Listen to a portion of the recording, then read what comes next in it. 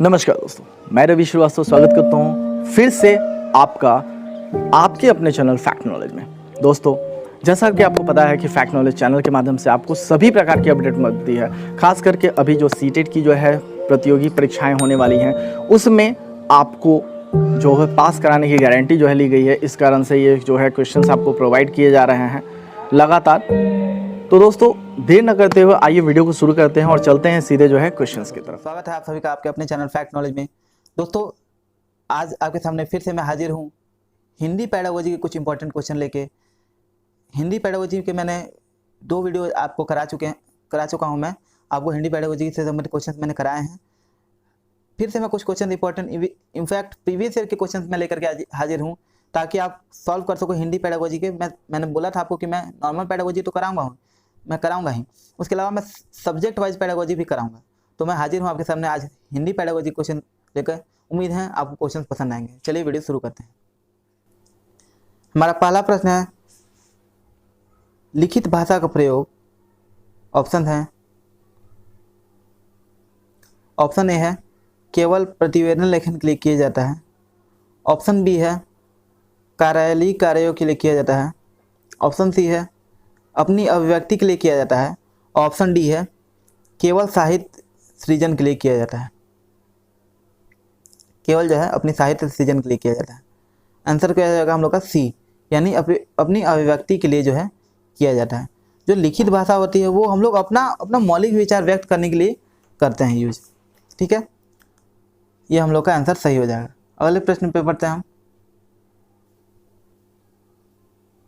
अगला प्रश्न है हमारा, वह शब्द जो शेष से भिन्न हो उसे छांटिए।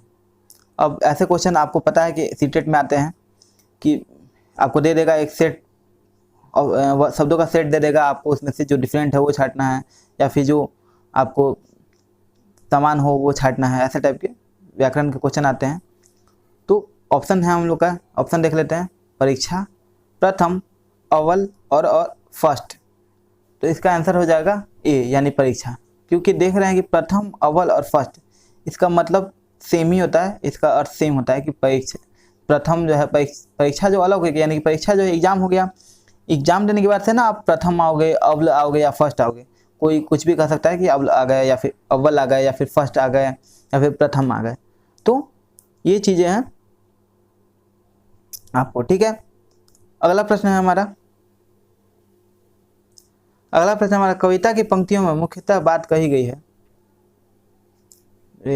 ये चैप्टर से क्वेश्चन है, एनसीईआरटी का बुक आप पढ़ रहे होंगे। हिंदी का मैंने आपको बताया था कि हिंदी के लिए आपको कुछ नहीं करना है, एक बार बुक उठा के रीडिंग कर लेनी है, बस उतने में आपका काम हो जाएगा। क्वेश्चन जैसे बुक से आते नहीं है ज़्यादा, लेकिन अगर आएंगे 1-2 से ज़्यादा नहीं आएंगे तो आपको उतना हो जाएगा। ठीक है, उतना आप एक बार रीडिंग कर लोगे तो हो जाएगा। ज़्यादा क्वेश्चन वैसे आते हैं नहीं बुक से। तो ये जैसे बुक से क्वेश्चन है कि कुछ ना कविता में जो है उसमें पंक्तियों में मुख्य बात कही गई है, तो क्या है? जैसे व्यवस्था वाले कोई कविता है उसमें कहा गया है।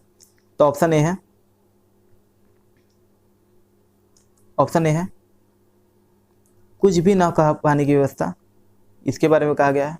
ऑप्शन बी है घावों के हरे भरे होने की।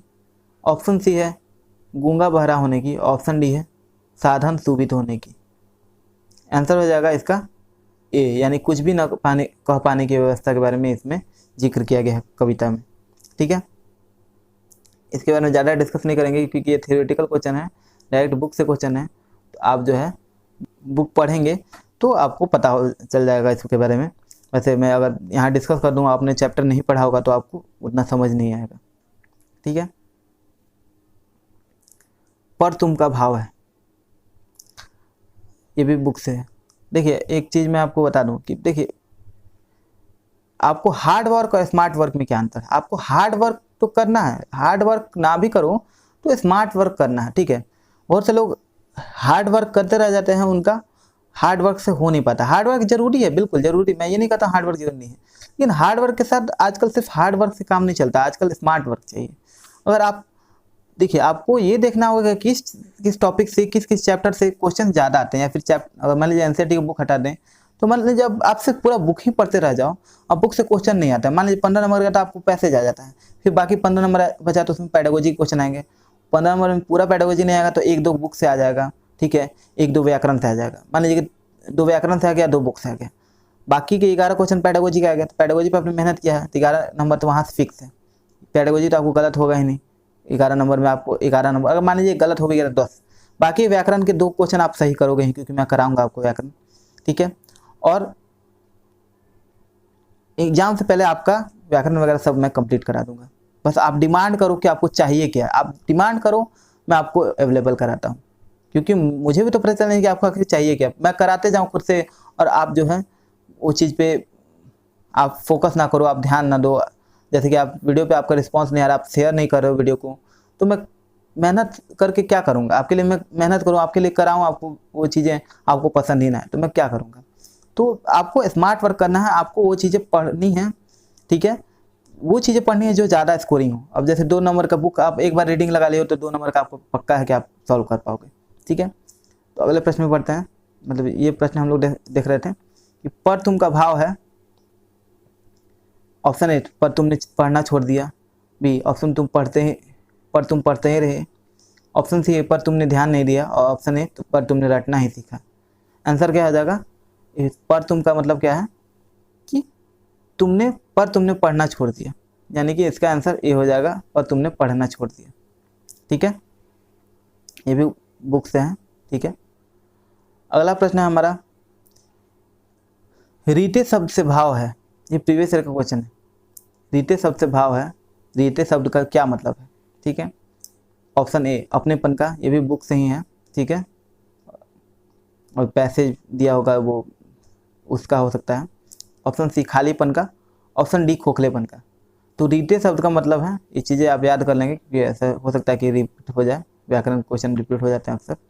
तो रीते शब्द का, क्योंकि जो एक लैंग्वेज का बुक नहीं, एक लैंग्वेज का एक रीजन का नहीं ना होता है, पूरे देश भर में होता है, तो आपको क्वेश्चन हो सकता है कि रिपीट हो जाए। तो रीते शब्द का भाव क्या है, सी यानी खालीपन। रीते का मतलब होता है खालीपन, ठीक है। अगले प्रश्न में पढ़ेंगे, ऑप्शन क्वेश्चन है, यह भी कोई पढ़ने का समय है, प्रश्न का आशा है, यानी कि क्वेश्चन बुक्स में क्वेश्चन किया गया है, यह भी कोई पढ़ने का समय है। तो इसका मतलब क्या है, ये लाइन का मतलब क्या है।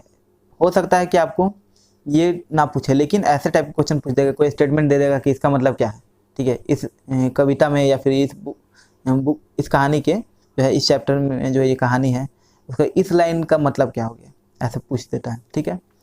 तो इसका आशा है पढ़ने का कोई समय नहीं होता। ऑप्शन बी है ये वह पढ़ने का समय नहीं है। ऑप्शन सी यह भी पढ़ने का समय है, और ऑप्शन डी यह पढ़ने का कोई समय है। आंसर हो जाएगा हम लोग का बी, यानी कि यह पढ़ने का समय नहीं है, यानी यह समय जो है ये पढ़ने का नहीं है, ये इसका आंसर हो जाएगा। अगला प्रश्न है हमारा, बच्चों के बोलना सीखने के संदर्भ में कौन सा कथन सही है। तो इसका हो जाएगा ऑप्शन ए, सभी बच्चों की बोलना सीखने की गति एक समान होती है। क्या होती है, आपको पता तो होगा ही कि सभी बच्चों की बोलने सीखने की गति एक समान होती है। आप खुद से जज करो, बिल्कुल नहीं होती, ये आंसर नहीं होगा।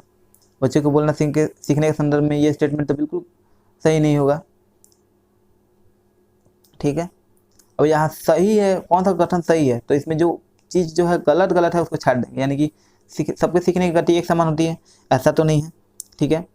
अगला प्रश्न है हमारा, अगला ऑप्शन है हमारा, बड़े परिवार में बच्चों की बोलना सीखने की गति तेज होती है, ये भी गलत है, ठीक है। ऑप्शन सी है हमारा कि निर्धन परिवारों से आए बच्चों की बोलने की गति धीमी होती है। ऐसा है क्या कि गरीब का बच्चा जो है धीमे बोलेगा और अमीर का बच्चा जो है, अमीर घर से आए बच्चे जो है ज़्यादा तेज़ी से बोलते हैं, ऐसा है क्या। ऐसा नहीं है, बिल्कुल नहीं है, गलत होगा। ऑप्शन डी है कि जो है कहने सुनने के अधिक से अधिक अवसर पर बच्चा बोलना जो है सरलता से सीखते हैं, बच्चे जो है बोलना सरलता से सीखते हैं। तो ये आंसर सही हो जाएगा। क्यों, क्योंकि मान लीजिए बोलने के बारे में जो है क्या सही है, तो जितना हम लोग कहने सुनने का अवसर देंगे, यानी जितना बच्चे से बात किया जाएगा या बच्चा जितना बात करेगा, जितना बोलने का उसको अवसर हम लोग देंगे, या फिर जितना सुनने का अवसर देंगे। और सुनना बोलना दोनों जरूरी है, क्योंकि जब कोई वर्ड सुनेगा कि किस तरह से उस वर्ड को बोला जाता है, कैसे बातचीत किया जाता है, लाइंस कैसे बोले जाते हैं, सेंटेंस कैसे बोले जाते हैं, तो वो चीज़ों को वो लैंग्वेज पे पकड़ बनते जाएगा, उसको बोलने की गति में, उसके बोलने की गति, बोलने के उच्चारण वगैरह में सुधार होगा और कहने का अवसर दिया जाएगा तभी तो वो बोल पाएगा। ठीक है, मान लीजिए अगर सुनता भी है वो बोल नहीं पाता है, तो अपने आप को एक्सप्रेस नहीं कर पाएगा, बोल नहीं पाएगा, तो बोलने में वो पीछे रह जाएगा। अगले प्रश्न में बढ़ते हैं दोस्तों, ये हमारा लास्ट प्रश्न था। इसी के साथ हमारा वीडियो समाप्त होता है। उम्मीद करता हूँ कि आपको वीडियो पसंद आया होगा। वीडियो पसंद आया हो तो वीडियो को लाइक कीजिए और क्वेश्चन आपको कैसे लगे इसके बारे में हमें कमेंट में ज़रूर बताएं। वीडियो को शेयर करें ज़्यादा से ज़्यादा अपने दोस्तों में, अपने परिचितों में, और उनको बताएं कि यहाँ पर तैयारी बेस्ट होती है। अगर हम लोग वीकली टेस्ट लेने वाले हैं, आपको पता है कि हम लोग वीकली टेस्ट लेते हैं, तो वीकली टेस्ट आपको संडे के संडे होगा और उन टेस्ट से आपको, उसके अलावा हम जब एग्ज़ाम नज़दीक आएगा तो आपको प्रैक्टिस सेट अवेलेबल कराएंगे, ऑनलाइन प्रैक्टिस सेट, जैसे कि आप ऑनलाइन प्रैक्टिस सेट सॉल्व करके अपने आप को जज कर पाएंगे और उसमें आपको कितने सही हो रहे हैं, उसके अलावा किन टॉपिक पे और मेहनत करने की, जो मान लीजिए कोई चीज़ गलत हो गया, कोई क्वेश्चन आपको गलत हो गया, तो उसमें आपको ये तक पता चल जाएगा कि आपका कौन सा टॉपिक वीक है, तो आप उस पर मेहनत कर पाओगे। दोस्तों उम्मीद करता हूँ वीडियो पसंद आया होगा। चलिए वीडियो ख़त्म करते हैं, मिलते हैं अगले वीडियो में, तब तक के लिए इजाज़त दीजिए। नमस्कार, जय हिंद, वंदे मातरम।